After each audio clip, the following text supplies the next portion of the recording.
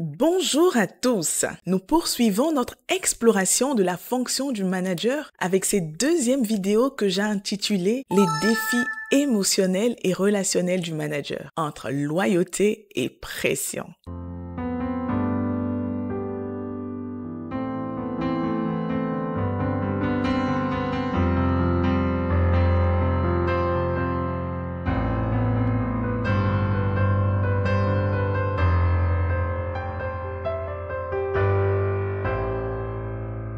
On leur jette souvent la pierre, mais force est d'admettre que le rôle du manager est très difficile, car il doit jongler entre deux sphères distinctes, celle de son équipe et celle de la hiérarchie. Voici quelques réflexions sur cet équilibre si délicat. Le manager face à sa responsabilité envers l'équipe. Un manager doit être loyal envers son équipe. Cela signifie être présent, à l'écoute et prêt à soutenir ses collaborateurs, à respecter ses engagements. La loyauté se manifeste par la défense des intérêts de l'équipe, la reconnaissance des efforts fournis et la création d'un environnement de travail favorable à la croissance individuelle. Un manager loyal inspire la confiance et favorise la cohésion au sein de son équipe. Il est prêt à se battre pour ses collaborateurs, à les accompagner dans les moments difficiles et à célébrer leur succès. Le manager est son devoir envers la hiérarchie. D'un autre côté, le manager a également des responsabilités envers la hiérarchie. Il doit mettre en œuvre les décisions stratégiques, respecter les politiques de l'entreprise et veiller à la rentabilité. La loyauté envers la hiérarchie implique d'être transparent, de communiquer efficacement et de défendre les intérêts de l'organisation. Un manager loyal envers sa hiérarchie ne trahit pas les valeurs de l'entreprise, ne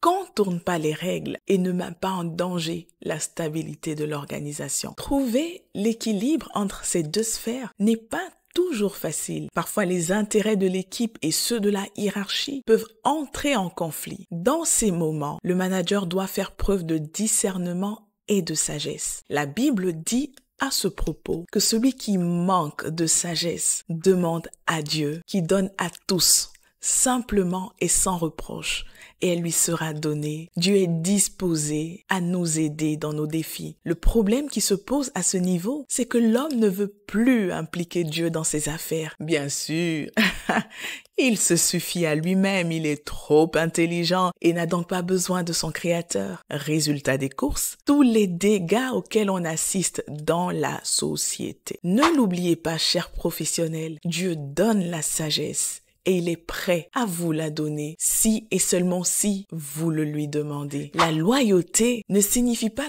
toujours dire oui à tout. Parfois, elle implique de poser des questions difficiles, de remettre en question les décisions et de défendre ce qui est juste pour l'équipe et l'entreprise. Les défis du manager. Au-delà des compétences techniques et des objectifs métiers, c'est la dimension émotionnelle et relationnelle qui révèle les véritables enjeux de la fonction de manager. Les conflits inévitables. Les couloirs de l'entreprise résonnent parfois des éclats de conflits entre collègues ou entre l'équipe et la hiérarchie. Les désaccords surgissent. Les managers se retrouvent au cœur de ces tempêtes, tels des arbitres sur un terrain glissant. Leur défi, résoudre ces différends de manière équitable et constructive. La pression hiérarchique. Les managers portent un fardeau invisible sous la pression de maintenir leur poste, d'atteindre les objectifs et de satisfaire la direction. Ils jonglent avec des dilemmes. Lorsque, par exemple, un collaborateur commet une faute, le manager se retrouve pris entre deux feux. Protéger son équipe ou sauver sa propre peau. Prendre des décisions éthiques et demeurer intègre est un défi permanent, tant les managers doivent être des modèles de comportement exemplaires. Pour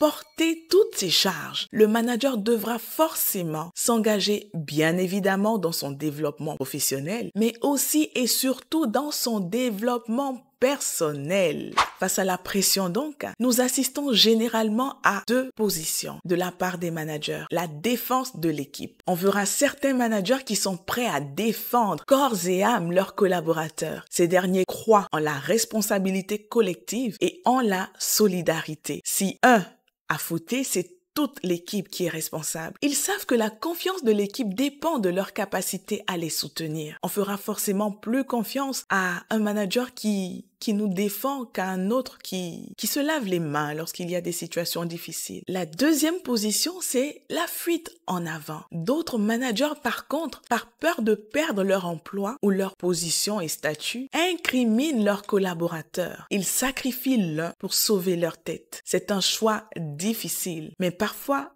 malheureusement, la survie personnelle l'emporte sur la loyauté. Les actions motivées par la peur ne produisent jamais rien de bon. Un manager qui sacrifie son équipe pour sauver son poste peut gagner une bataille, mais perdra certainement la guerre. Cher manager, souviens-toi, on ne récolte que ce que l'on sème. Les graines d'amour et de compassion portent des fruits durable, tandis que les épines du mensonge et de la trahison blessent l'âme. Et ceci, c'est sans compter votre conscience que vous marquez à chaque fois au fer rouge. La charge de travail peut peser, mais ce n'est pas elle qui hantera vos nuits blanches. Ce sont plutôt les remords, ces ombres qui dansent dans les coins sombres de votre conscience. C'est très étonnant de voir comment la peur règne dans les cœurs des hommes. Les avantages du poste peuvent vous propulser dans un bolide blindé, mais à l'intérieur, certains managers sont comme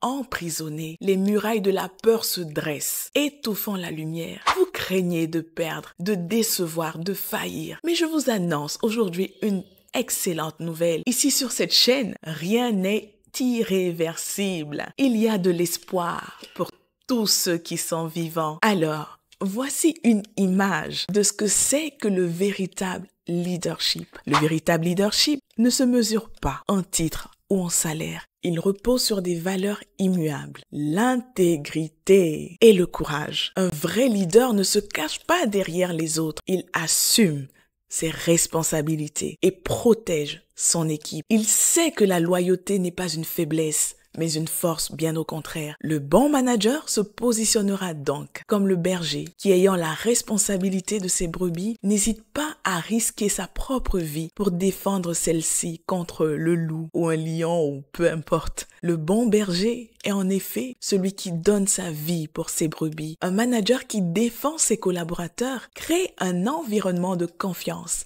et de respect. Il bâtit des équipes résilientes et engagé. Si à cause de ton intégrité, ta loyauté, tu dois être remercié, eh bien, qu'il en soit ainsi. Tu as des trésors bien plus inestimables à préserver, dont notamment la paix et la tranquillité d'esprit. Lorsqu'on connaît son identité, nous sommes beaucoup plus enclins à nous affirmer et à prendre position en fonction des valeurs qui sont chères à notre cœur. Que retenir donc? La loyauté du manager est un fil tendu entre deux mondes. Elle exige du courage, de l'intégrité et une vision à long terme. Un manager loyal sait que la réussite collective dépend de sa capacité à honorer ses deux engagements, sans jamais perdre de vue l'humain, l'homme derrière chaque décision. À tous les managers qui jonglent avec ces dualités, je vous encourage à rester fidèles à vos valeurs, à vos convictions. Et ce, peu importe la pression, vous valez beaucoup mieux. Écoutez votre cœur et guidez vos équipes avec bienveillance. Nous verrons dans notre prochaine vidéo la sagesse du leadership ou encore comment nous pouvons devenir grands en servant les autres. D'ici là, n'oubliez pas de vous abonner et d'activer la cloche de notification pour ne manquer aucun de nos conseils éclairés. Si vous avez aimé cette vidéo, dites-le nous en commentaire. Si vous vous engagez à résister à la pression dorénavant, dites-le nous en commentaire, cher manager.